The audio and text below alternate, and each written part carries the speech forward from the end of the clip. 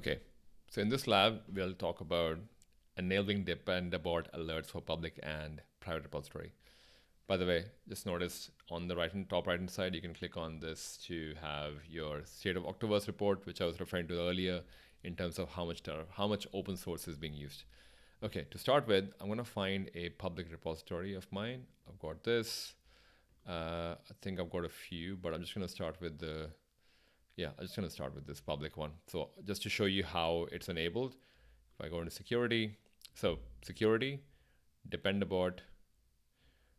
At the moment, I have it turned on, but I don't have any vulnerabilities. This is what it would look like if it was already enabled. Let's find one where we don't have this enabled. Perhaps over here, we don't have it enabled. Okay, so this is a good one. When you come on to this security tab and you click on Dependabot, you probably would see this as disabled if it hasn't been turned on. Now, there are two ways to turn on Dependabot alert. Similar to some of the other GitHub advanced security features, you can either enable this on both public and private repositories, or you can have this enabled at an organization level. This is a public repository, as I would show you here, because it's public. So I'll go to settings. I come on to code security and analysis. Over here, I can see, okay, so I want to receive alerts for vulnerabilities that affect dependencies manually generate the Dependabot pull requests. To automatically attempting to pull request or group all security updates to resolve. Allow Dependabot to open pull requests out automatically to keep your dependencies up to date. If you notice the theme over here, now to open pull request, to open pull request, and to open pull request. So any pull request that is open and it has potentially adding a library that has vulnerability onto it, this is how you would do it. Now, I would personally recommend you to just have, my personal favorite is just to enable all of them. But then that depends on how, what your posture may be. Like for example, the dependency graph is enabled by default. Now I've just enabled Dependabot alert. I can also add Dependabot rules as well. We can have my custom rules for how my alerts are going. Now this is obviously for part 2 of the lab, but for the moment, I'm just gonna enable all of these because I definitely want to be notified every time there's a pull request and what I could be doing with it as well. Okay.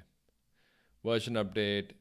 So this is what I'm calling out. The Dependabot version update requires you to check the frequency and to blah, blah, blah, where the package manifest is located, and you can get more information from configuration option for Dependabot. This is by default setting it to weekly. If you're okay with that, you can definitely make that change. The file would be saved in .github/Dependabot YAML. If you remember our previous lab on secret scanning, .github is a location where we store for secret scanning as well, the files that need to be ignored. Similarly, in Dependabot, within the .github folder, you can save on what libraries, where the manifest would be, and how often do you want the schedule to run. At the moment, I think this is a bit advanced for this class, so I'm going to ignore that. And I'm going to come back to my security settings, code security and analysis. I see how I have everything. Now, you can obviously learn more about Dependabot alert on the page over here.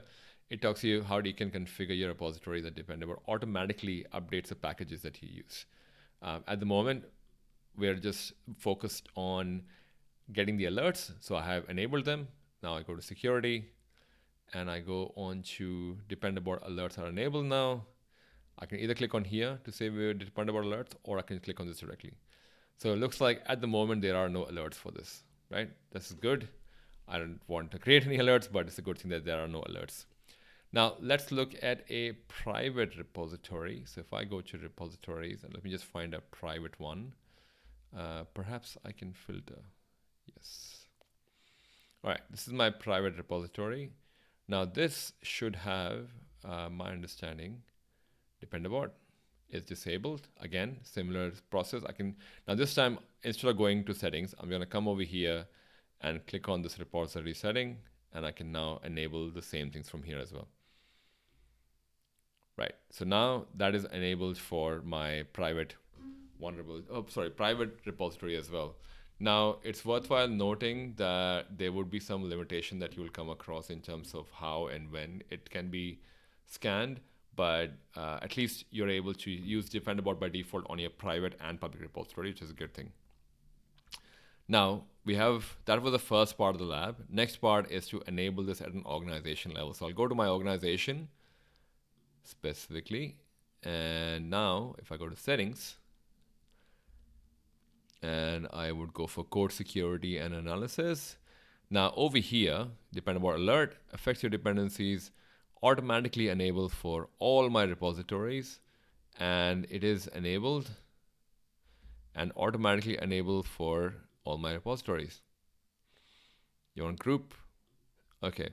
Now doing this has enabled it for all my repositories, at least all the new ones that'll come through. And that's from that point onwards, you're doing Dependabot alerts. Okay, in the next part of the lab, we'll talk about some actual vulnerabilities, but this is the first part of the lab.